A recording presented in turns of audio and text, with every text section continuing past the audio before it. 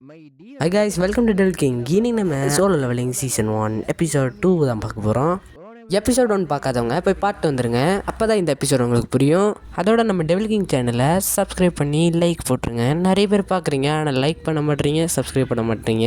சரி வாங்க வளவலன்னு பேசாமல் கதைக்குள்ளே போகலாம். கதையோட ஆரம்பத்தில் இந்த சிலை நம்மளை கொல்ல தான் போகிறதுங்கிற மாதிரி பேசிகிட்டு இருக்காங்க. யாரும் அசையாதீங்க, இல்லைனா இந்த சிலை நம்மளை கொன்றும் அப்படிங்கிற மாதிரி சாங் சொல்கிறாரு. ஜெய் எந்திரி. அதுக்கு இவரும் ஒன்னால தான் நாங்கள் இப்போ உயிரோடி இருக்கோங்கிற மாதிரி சொல்கிறாரு. இதை நீ எப்படி கண்டுபிடிச்சேங்கிற மாதிரி கேட்குறாரு நம்ம ஹீரோ கிட்ட. அதுக்கு நம்ம ஹீரோவும் ஒரு சிம்பிளான காரணத்தை சொன்னது மட்டும் இல்லாமல் அவருக்கு ஒரு சைடு கை இல்லாததையும் பார்க்குறான். பிளட்டு வெளியில் லீக் ஆகாமல் இருக்கிறதுக்கு எனக்கு கட்டுப்பட்டு விட்றியா? ஏன் இதை உங்ககிட்ட சொல்கிறேன்னா, ஜோய் வந்து என்ன தான் பி ரேங்க் ஹீலராக இருந்தாலும் அவர் ரொம்ப பயந்த சுபாவம் உடையவ. நான் நிறைய இ ரேங்க் டஞ்சனுக்குள்ளே போயிருக்கேன், ஆனால் இது வந்து பி ரேங்க் டஞ்சனாக இருக்கணும், இல்லைனா எஸ் ரேங்க் டஞ்சனாக தான் இருக்கணும். இதனால் சொல்கிறேன்னா, இந்த காரர் டபுளோட கட்டளைகள் எல்லாமே அந்த ஸ்டோனில் எழுதப்பட்டிருக்கு. ஃபஸ்ட்டு கடவுளுக்கு மரியாதை கொடுக்கணும், ரெண்டாவது கடவுளுக்கு ப்ரைஸ் பண்ணணும், மூணாவது கடவுளை நம்பணும். அப்போ கடவுள் மென்ஷன் பண்ணுறது அந்த சிலையாக தான் இருக்கணும்.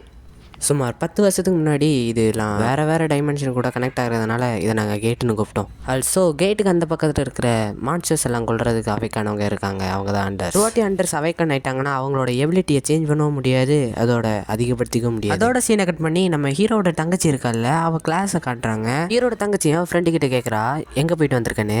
ஆமாம், அண்ணனும் ஒரு ஹண்டர் தானே, அவனை பற்றி சொல்லுன்னு சொல்லுவான். என் அண்ணன் ஒரு ஈரங் ஹண்டர், ஆனால் எங்கே போயிட்டு வந்தாலும் அவன் ரொம்ப அடி வாங்கிட்டு தான் வருவான். அதுக்கு அவளும் நானாக இருந்தால் கூட அப்படி இருந்திருக்க மாட்டேன் அப்படிங்கிறா. அப்படின்னு ஹீரோ சைடை காட்டுறாங்க. அடுத்து என்ன பண்ணுறதுங்கிற மாதிரி ஹீரோ கிட்ட இவர் கேட்குறாரு. சாகிறதுக்கு விரும்பல, ஏன்னா நான் இப்போ தான் ஒரு பெரிய அசோசியேஷனில் கான்ட்ராக்டுக்கு சைன் பண்ணியிருக்கேன், நான் போகிறேன் அப்படின்னு ஒருத்தர் ஓடுறான். அடுத்த செகண்டே அவனை பொசுக்கிடுது அந்த சிலை.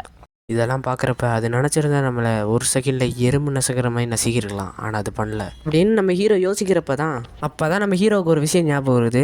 அதை யோசிச்சுட்டு ஹீரோ சாங் கிட்டே கேட்குறாரு. அதுக்கு அவர் பதில் சொல்கிறதும் நம்ம ஹீரோவுக்கு புரிஞ்சிருது, கடவுள் அப்படின்னு சொல்கிறது அந்த சிலையை தான். அதனால் அந்த சிலைக்கும் மரியாதை வைக்கிற மாதிரி கிளம்பி நிற்கிறான். அதுவும் அப்படி அட்டாக் பண்ணுற மாதிரி பார்க்குது.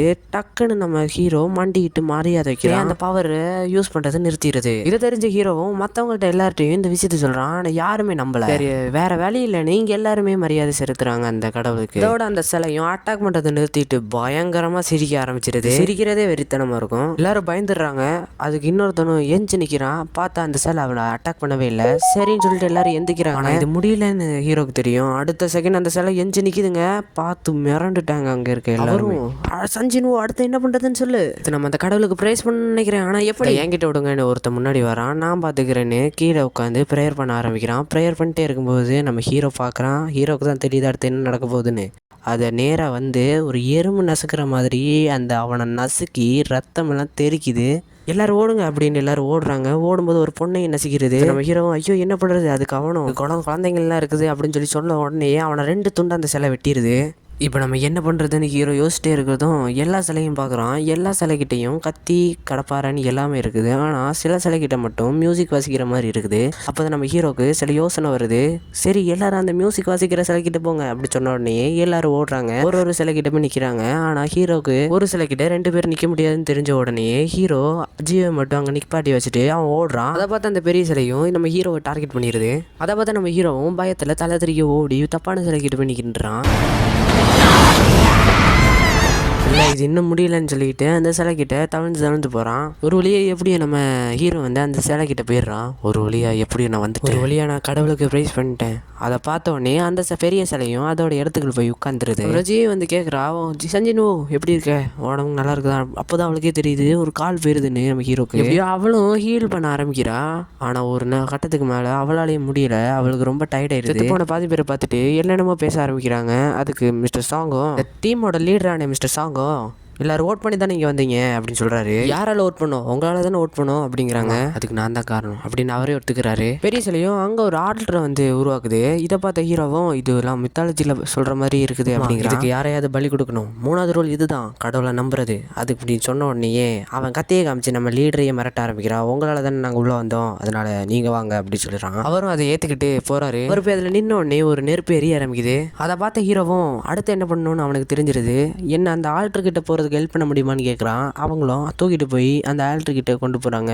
கொண்டு போன உடனே 3 நெருப்பு எரியுது. இந்த டஞ்சன் கிரியேட் ஆகி 7 நாள் ஆகுது. அதுக்குள்ளே நம்மளை யாராவது வந்து காப்பாற்றுவாங்களான்னு ஹீரோ கேட்குறான். ஆனால் தெரில அப்படிங்கிறாரு.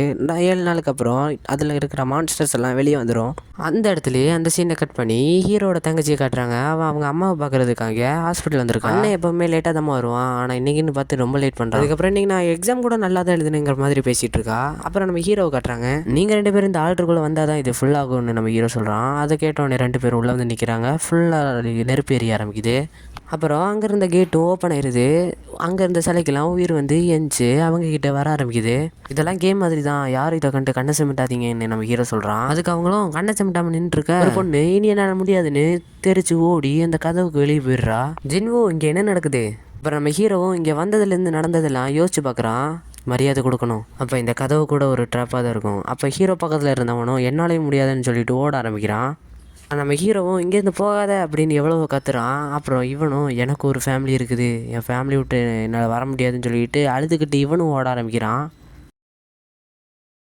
ஹீரோவும் நான் இவ்வளோ நேரம் உயிர் பிழைச்சிருக்கேன், நான் விட்டு கொடுக்க மாட்டேன் அப்படின்னு சொல்கிறான். சாங் என்ன சொல்கிறாருன்னா, நீங்கள் 2 பேரும் போங்க, நான் இங்கே இருக்கிறேன், என்னால் தானே இதெல்லாம் நடந்துச்சு அப்படிங்கிறாரு. இவ்வளோ எடுத்துக்கிட்டா என்னால் முடியாது, என்னால் ஒரு நெஞ்சு கூட நடக்க முடியாதுங்கிற மாதிரி சொல்கிறா. ஏன்னா நம்ம ஜின்னுவை வந்து ஹீல் பண்ணுறதுக்கு நிறைய எனர்ஜியை வேஸ்ட் பண்ணியிருப்பா. அதுக்கு நம்ம ஹீரோவும் மிஸ்டர் சாங் இவ்வளோ எப்படியாவது இங்கேருந்து கூப்பிட்டு போயிருங்க, டைம் இல்லை அப்படின்னு சொல்கிறான். அதுக்கு அவளும் இல்லை ஜின்னுவும் நான் உன் கூட இருக்கிறேன் அப்படின்னு சொல்கிறா. அதுக்கு சாங்கும் தலையிலே 2 அடியை போட்டு அவளை மயங்க வச்சிடறா. சரி சாங் இனி நான் பார்த்துக்கிறேன் அப்படின்னு நம்ம ஹீரோவும் சொல்கிறான். அப்புறம் சாங்கும் அவளை கூட்டிகிட்டு வெளியே போயிடுறாங்க. அந்த சிலையெல்லாம் நம்ம ஹீரோவை நோக்கி வருது. ஹீரோவும் நான் விட்டு கொடுக்க மாட்டேன்னு கீழே இருக்கிற ஸ்வாட் எடுத்து சண்டை போட ரெடி ஆகுறான். வாங்கடா அப்படின்னு சொல்லிட்டு மாசா அடிக்க ஆரம்பிக்கிறான். மாசா அடிச்சுட்டே இருக்கிறான். டக்குன்னு அந்த சிலை ஹீரோவோட கையை வெட்டிடுது. நான் ரொம்ப வீக்கானவன், அதனால எல்லாருமே என்னை கேலி பண்ணுவாங்க. ஆனால் என்னோட பெஸ்ட்டை நான் எப்பவும் கொடுத்துட்டு தான் இருக்கேன். நான் முயற்சியை கைவிட மாட்டேன். சுயநலவாதியாக இருக்கிறதுனால என்கிட்ட இருந்து எல்லாத்தையும் எடுத்துக்கிறானுங்க. இல்லை நான் சாக போகிறேனா? இல்லை எனக்கு ஒரு செகண்ட் சான்ஸ் வேணும். எங்கள் அம்மா தங்கச்சி இல்லை வேணாம், எனக்கு சாக விருப்பம் இல்லை. அப்படியே நம்ம ஹீரோ ரத்த வெள்ளத்தில் இருக்கான். அப்படியே அந்த சிலையும் கத்தி எடுத்து நம்ம ஹீரோவை வெட்டுற மாதிரி வருது. அதோடு இந்த எபிசோடுக்கு தின்னு போட்டு முடிக்கிறாங்க. நீங்கள் இந்த மிஷனை கம்ப்ளீட் பண்ணிட்டீங்க. இனிமேலும் நீங்கள் பிளேயராக இருக்க உங்களுக்கு விருப்பமாக ஹீரோ யோசனை கொடுத்துட்றான். இதோடு இந்த எபிசோடுக்கு தின்னு போட்டு முடிக்கிறாங்க. மறக்காமல் நம்ம சேனலை லைக் பண்ணுங்கள், ஷேர் பண்ணுங்கள், சப்ஸ்கிரைப் பண்ணிடுங்க. ஓகே, நாளைக்கு ஒரு வீடியோவோட சந்திக்கிறேன். பாய்.